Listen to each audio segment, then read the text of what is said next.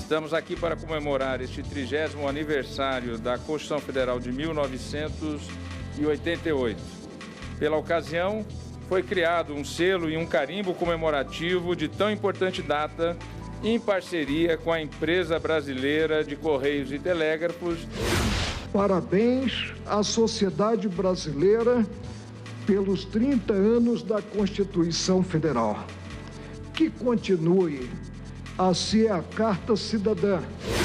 Além dos visitantes estrangeiros, o Brasil vai receber pela primeira vez uma missão de observação eleitoral da OEA, a Organização dos Estados Americanos.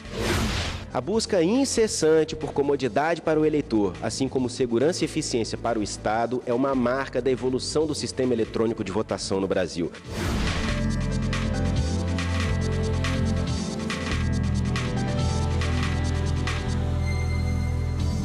Olá, boa noite. Boa noite para você. 30 anos da Constituição Federal. Hoje não houve julgamentos no plenário do Supremo. A sessão deu espaço a uma reunião solene para comemorar as 3 décadas da Carta Magna. A promulgação da chamada Constituição Cidadã marcou a consolidação da democracia no Brasil e garantiu direitos individuais e coletivos a cidadãos brasileiros e estrangeiros que vivem no país. A repórter Carla Lucena acompanhou a sessão solene e ao vivo tem os detalhes pra gente. Boa noite, Carla.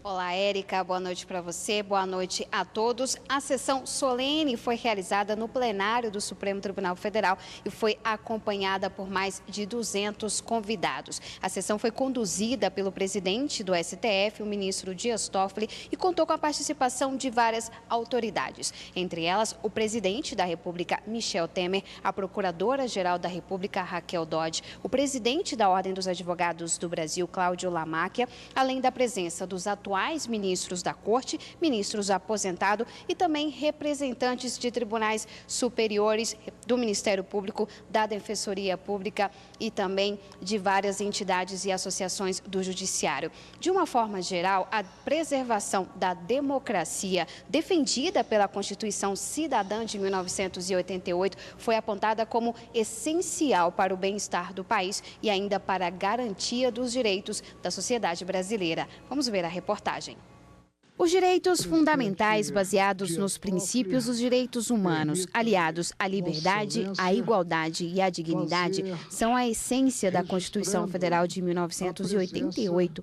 Foi com essas palavras que o ministro Marco Aurélio abriu os pronunciamentos da sessão solene. É um projeto político de resgate imediato da democracia, de afirmação permanente da liberdade e da igualdade, de transformação social a médio e longo prazos.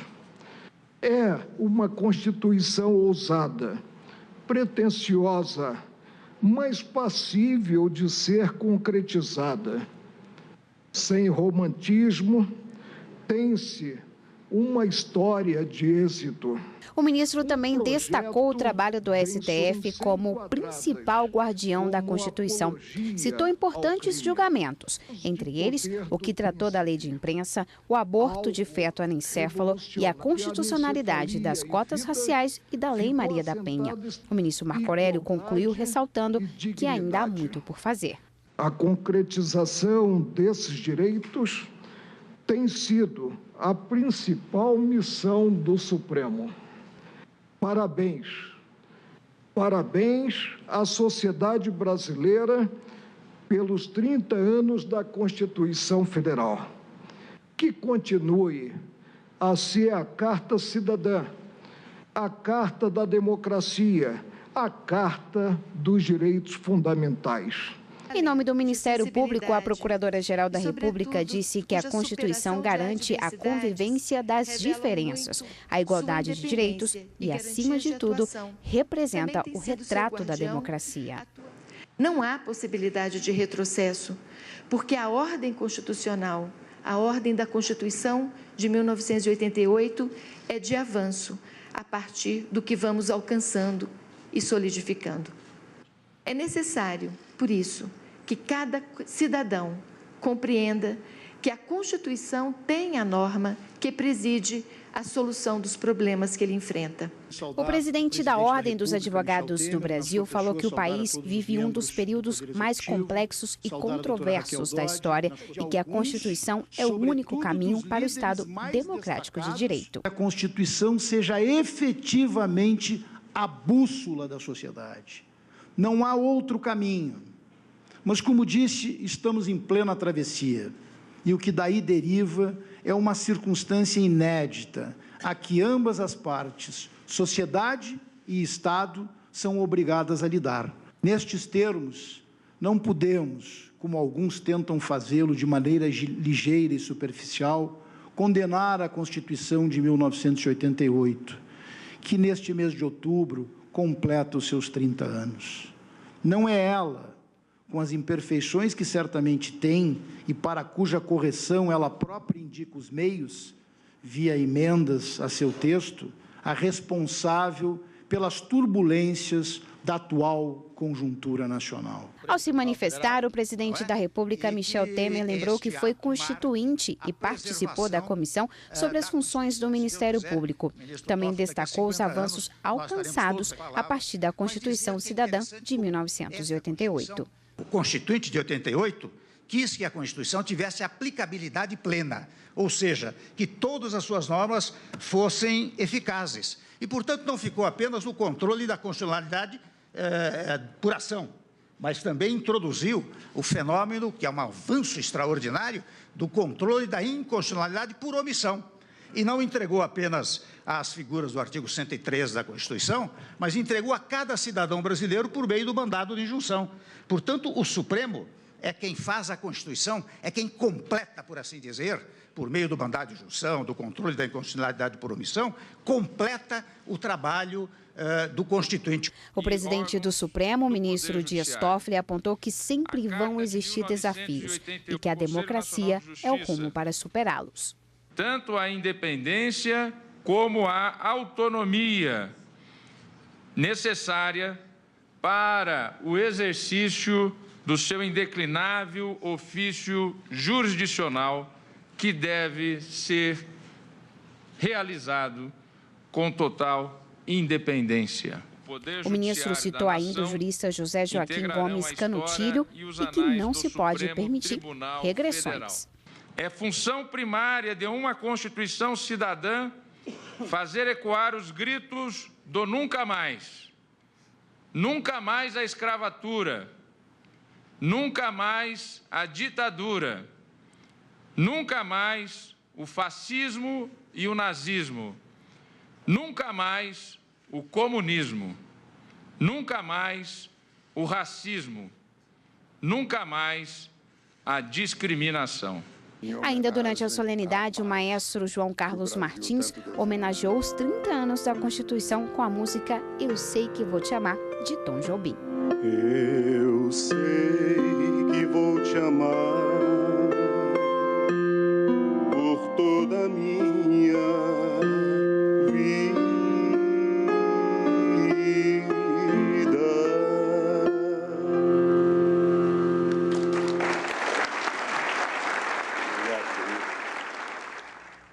E após a sessão solene, foi realizado aqui no Salão Branco do STF o lançamento de várias iniciativas para celebrar os 30 anos da Constituição Federal. Entre essas iniciativas, um selo comemorativo que vai circular nas correspondências de todo o país. O selo comemorativo dos 30 anos da Constituição Federal de 1988 foi criado pelos Correios. Além do selo, também houve o lançamento do carimbo. As autoridades receberam um exemplar com os dois emblemas e o presidente dos Correios destacou a importância da Constituição. Além da missão de conectar instituições de negócio com soluções postais e logísticas acessíveis, confiáveis e competitivas, há 354 anos também contribuímos para a preservação e difusão da história por meio da filatelia. O selo e o carimbo irão circular de carta em carta, propagando a grande responsabilidade do Supremo Tribunal Federal no tocante à guarda da Constituição Cidadã. Em nome dos Correios, parabenizo o STF pela iniciativa e pelo nobre trabalho, assim como a todos que se dedicam à promoção da cidadania no Brasil. O presidente do STF, ministro Dias Toffoli, disse que a iniciativa dos Correios faz parte do momento histórico das 3 décadas da Constituição. Também falou sobre a edição comemorativa da Carta Magna e da exposição no Supremo com a série histórica das Constituições. Estamos aqui para comemorar este 30º aniversário da Constituição Federal de 1988. Pela ocasião, foi criado um selo e um carimbo comemorativo de tão importante data em parceria com a Empresa Brasileira de Correios e Telégrafos. Nesse momento de celebração, são murais dos tempos idos, no qual distinguimos traços, períodos e fisionomias da nossa vida constitucional. Cumprimento, mais uma vez, a aniversariante e temos a honra de ter aqui presente, a original, a Constituição de 1988 original, com a primeira assinatura do deputado que a presidiu, saudoso deputado Ulisses Guimarães. Nesse momento, lembro as palavras de Ulisses Guimarães em seu apaixonado discurso de 5 de outubro de 1988, a respeito da Carta Magna. Divergir, sim. Descumprir, jamais. Afrontá-la, nunca. Eis o nosso compromisso. E nesse mês tão importante, 30 anos da Constituição Federal, em que estamos todos falando sobre ela, a consultora jurídica da TV Justiça, Gisele Reis, está aqui no estúdio para falar mais sobre a data. Boa noite, Gisele. Boa noite, William. Boa noite, Érica. Gisele, dá para você contextualizar para a gente o momento da promulgação dessa Constituição Federal na história do país? Sim, um momento bastante significativo, Érica, até para entender o porquê de tantos direitos terem sido assegurados na Constituição Federal. O Brasil vinha dentro de uma época, de um período de recessão, de autoritarismo, de um regime militar que foi deflagrado a partir de 1964 e que perdurou até 1985. Então, nesse período, diversos direitos foram desrespeitados, havia um autoritarismo que acabava prevalecendo por conta das posições de governo que eram, na verdade, ocupadas por chefes das Forças Armadas, por militares generais das Forças Armadas. Então, havia um apelo muito grande de uma mudança. A Constituição Federal de 88, então, começou a se discutir sobre a elaboração de uma Constituição em 1985, com a eleição indireta de Tancredo Neves, e aí ele acabou falecendo, assumiu o José Sarney, e em 1987, oficialmente, é que foi implementada a Assembleia Nacional Constituinte. Então, foi um momento de muito debate, de muitas considerações, porque a Constituição Federal, ela é, na verdade, como se fosse uma carta que vai reger a sociedade, né? As relações entre a sociedade e o Estado, entre o cidadão e o Estado, o cidadão de um para o outro, e também do regime ali entre os poderes, das relações entre os poderes e das instituições.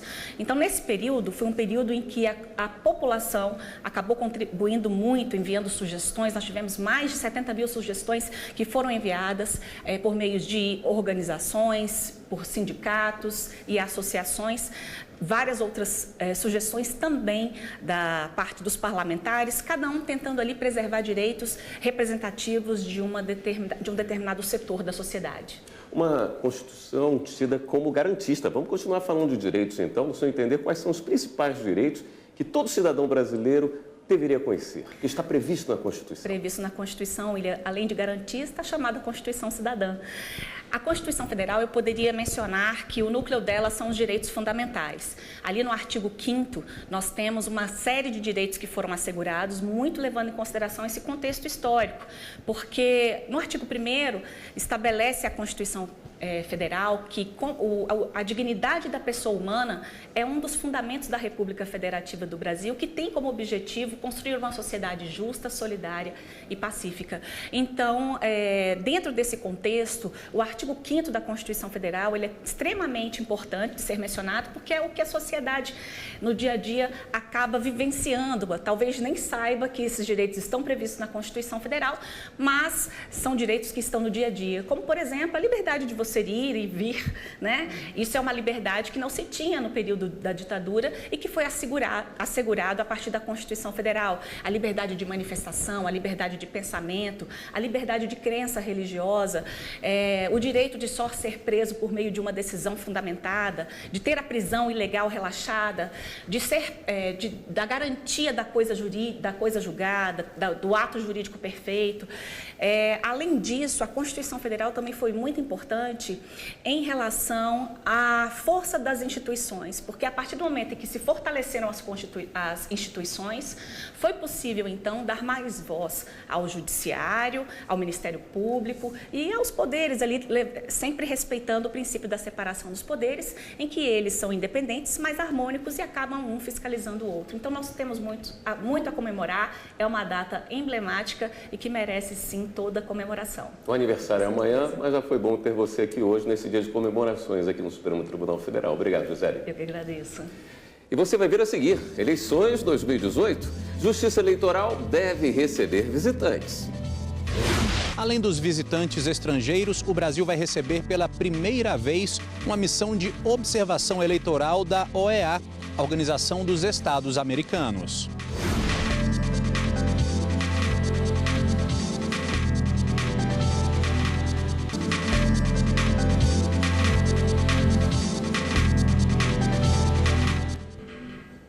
Eleições 2018. Falta pouco, a votação já é no próximo domingo. E a Justiça Eleitoral vai receber representantes de entidades, organismos internacionais e países interessados no sistema de votação brasileiro.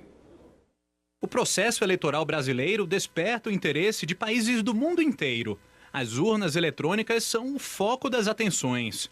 Neste ano, a Justiça Eleitoral vai receber representantes de entidades, organismos internacionais e países que têm interesse em conhecer de perto nossa tecnologia.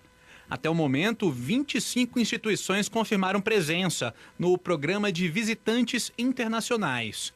Entre elas, o Tribunal Superior de Justiça Eleitoral do Paraguai, a Comissão Nacional de Eleições de Portugal, a Comissão Independente Eleitoral de Fronteiras do Quênia, a Comissão Nacional de Eleições da Coreia do Sul, a Corte Eleitoral do Uruguai e a Comissão Central Eleitoral da Ucrânia. Após essa experiência, esse intercâmbio mais concentrado no dia das eleições, nós teremos um feedback desses países, desses representantes, procurando aprofundar aqueles aspectos em que eles geraram mais interesse da parte deles, né? Isso tem sido uma constante, ou seja, após o programa de visitantes, nós recebemos muitos pedidos de cooperação mais específicos, né?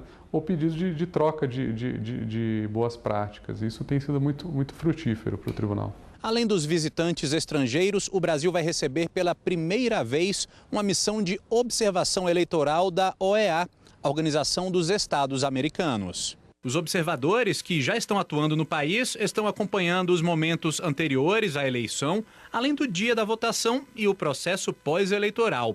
Eles estão atentos à infraestrutura, à tecnologia aplicada e à integridade eleitoral. Uma prática que já existe na região, na América Latina e na verdade, nas Américas, desde 1962, portanto, quase 53 anos, mais de 250 missões de observação já haviam sido realizadas. Ao final, os observadores da OEA vão elaborar um relatório com recomendações que será apresentado ao governo brasileiro e também ao organismo internacional. Historicamente, as recomendações da OEA têm tido uma taxa de implementação por volta de 60%, o que é bastante positivo, principalmente levando-se em conta que as recomendações muitas vezes exigem mudança legislativa ou mesmo dispêndios orçamentários, tá? Então, existe uma expectativa também que, ao final do processo de observação da OEA, o Brasil, né, o Estado brasileiro como um todo, e principalmente o TSE, mantenha um diálogo com a OEA e com os países das Américas para a implementação dessas recomendações. A quarta turma do TRF da 4ª Região, em Porto Alegre, absolveu por unanimidade a ex-presidente Dilma Rousseff em ação popular que buscava a condenação dela e de mais 14 agentes públicos federais por uso indevido do cartão corporativo. Dentre eles, 11 foram condenados a ressarcir os pagamentos feitos sem comprovação de nota fiscal e os valores que excederam os limites estabelecidos para o uso do cartão. A acusação era de que eles tinham praticado desvio de finalidade na utilização do cartão. A ex-presidente já havia sido absolvida em instância inferior, sob o argumento de que não poderia se responsabilizar pelo erro alheio, já que existem regras para fiscalizar o uso do cartão. Após recurso no TRF4, a absolvição foi mantida por unanimidade. O juiz da 3ª Vara Federal de Juiz de Fora, Bruno Savino, transformou em réu Adélio Bispo, que esfaqueou o candidato à presidência Jair Bolsonaro. A agressão ocorreu na cidade mineira durante ato de campanha em 6 de setembro. Adélio, preso desde o dia da facada, foi denunciado pelo Ministério Público Federal por atentado pessoal por inconformismo político. Esse crime está previsto na Lei de Segurança Nacional. Se for condenado, Adélio pode pegar pena de 3 a 10 anos de reclusão, aumentada até o dobro em razão da lesão corporal grave. O programa Link CNJ desta semana dá destaque aos 30 anos da Constituição. Vamos ver a primeira de uma série de entrevistas especiais sobre o tema. Cristiano Paixão, pós-doutor e professor de Direito Constitucional da Universidade de Brasília, discute a necessidade ou não de revisões do texto constitucional e afirma que a grande conquista da Carta de 88 é o chamado artigo 5º, que define os direitos e deveres individuais e coletivos. O Link CNJ vai ao ar hoje às 9h30 da noite, aqui na TV Justiça. E daqui a pouco a evolução das urnas eletrônicas e a segurança do voto.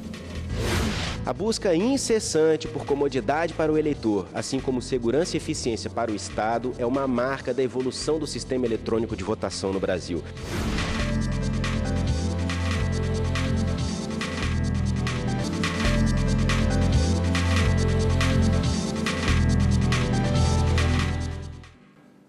A Procuradora-Geral da República, Raquel Dodge, emitiu um parecer contra a paralisação da licitação das obras do eixo norte do projeto de transposição do Rio São Francisco. O processo está suspenso porque a construtora que foi eliminada da licitação questionou decisão judicial. Em junho do ano passado, ao ser eliminado da licitação para as obras de transposição do Rio São Francisco, o consórcio Passaralli entrou com recurso para suspender o processo, por considerar que tinha a proposta mais vantajosa para a União. No parecer, a Procuradora-Geral da República, Raquel Dodge, reforça que, mesmo que a proposta da Passaralli seja melhor economicamente, a interrupção da licitação gera um prejuízo muito maior, tanto para a União, em termos financeiros, quanto para os mais de 4 milhões de moradores de Fortaleza que sofrem com a falta de água. Há 22 anos, o Brasil passou a utilizar as urnas eletrônicas. Ao longo desses anos, o equipamento foi ganhando novas versões cada vez mais modernas. O resultado dessa evolução é um sistema eleitoral transparente e seguro. A parceria firmada entre o Tribunal Superior Eleitoral e os órgãos de segurança de 4 estados para ampliar o cadastramento biométrico dos eleitores é resultado de uma evolução tecnológica de 22 anos. Em 1996, quando as primeiras urnas eletrônicas foram utilizadas, pouco se falava em biometria no Brasil. Hoje, o equipamento de leitura das digitais é parte da urna e o fluxo de informações entre os órgãos públicos está mais fácil. Basta um clique no mouse para importar os dados pessoais de cidadãos registrados nas polícias civis e nos departamentos de trânsito. Este avanço tecnológico resulta em rapidez e economia. O custeio de cadastramento de cada cidadão gira por volta de R$ 5,00. Então, se nós economizarmos ou utilizarmos esse dado proveniente dos institutos de identificação por meio desses acordos de cooperação, nós teremos uma economia bastante significativa. Com essa troca de informações, 6,5 milhões de eleitores que ainda não fizeram um cadastramento biométrico na Justiça Eleitoral passaram a constar na base de dados para as eleições 2018. A busca incessante por comodidade para o eleitor, assim como segurança e eficiência para o Estado, é uma marca da evolução do sistema eletrônico de votação no Brasil. Isso fica claro quando conhecemos alguns modelos de urna já utilizados e que hoje fazem parte daqui do Museu do TSE, que inclusive é aberto ao público com entrada gratuita. Começando aqui pelo protótipo do TRE de Minas Gerais, de 1995, bem diferente da urna de hoje. Aqui ao lado, um que lembra bastante um microcomputador convencional, com um teclado separado da tela. Esse daqui desenvolvido para o plebiscito de Cocal do Sul, Santa Catarina, em 1991, 5 anos antes de a votação informatizada ser efetivamente instituída no Brasil. E olha esse modelo que curioso. Lembra uma maleta estilo 007. E tem outros modelos aqui também, alguns já mais próximos da urna como é hoje, e por fim, o modelo que será usado nas eleições 2018. Comparada à primeira versão, a urna atual é 30% menor e 2 quilos mais leve. Uma boa diferença na hora de transportar as 530 mil urnas para as eleições 2018. Nesses 22 anos, as urnas melhoraram por fora e por dentro. Os programas de funcionamento do sistema receberam novas barreiras criptográficas. Testes públicos permitiram a contribuição de profissionais e acadêmicos respaldados pelos estudos mais recentes sobre segurança eletrônica. Os mecanismos de fiscalização e auditoria foram aperfeiçoados. Mais transparência na votação e na apuração, que agora pode ser acompanhada em tempo real por aplicativos de tablet e celular. Vamos às últimas notícias, é hora do Giro na Rede.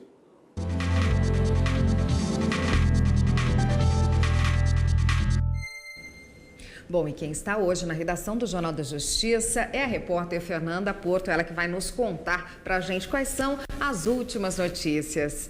Boa noite, Fernanda. Boa noite, Érica. Boa noite, William. Boa noite a todos que nos acompanham em casa. A gente começa o giro falando que o condenado pelo assassinato da modelo Elisa Samúdio, Luiz Henrique Ferreira Romão, conhecido como Macarrão, vai passar a cumprir pena em liberdade condicional. Em 2012, ele foi condenado a mais de 15 anos de prisão em regime fechado. Em março deste ano, depois de mais de 5 anos de detenção, a Justiça concedeu o cumprimento de pena em regime semiaberto. Agora, depois de um parecer favorável do Ministério Público, o entendimento da Justiça foi que Macarrão cumpriu todas as exigências para o regime aberto. Agora o assunto é horário de verão. O governo federal decidiu adiar para o dia 18 de novembro a mudança de horário. A mudança de data foi decidida por causa de um pedido do Ministério da Educação para não prejudicar os estudantes que vão fazer provas do Exame Nacional do Ensino Médio no dia 4 de novembro, mesma data em que estava prevista o começo do horário de verão, em que os relógios são adiantados em 1 hora. E para finalizar o nosso giro, lá em São Paulo, a Justiça Federal aceitou denúncia contra o empresário Geraldo João Coan, acusado de sonegar mais de 45 milhões de reais em impostos com o uso de notas fiscais falsas. Segundo as investigações, a empresa no ramo de alimentação e fornecimento de merenda escolar também é apontada em esquema de fraudes de licitações. Eu fico por aqui, você em casa, para rever qualquer uma de nossas reportagens aqui do Jornal da Justiça, é só acessar nosso canal no YouTube. Digita lá TV Justiça Oficial. Eu volto ao estúdio. Obrigada, Fernanda. O Jornal da Justiça, segunda edição de hoje, fica por aqui. Para você, uma boa noite. Boa noite para você e a gente se vê amanhã. Até lá.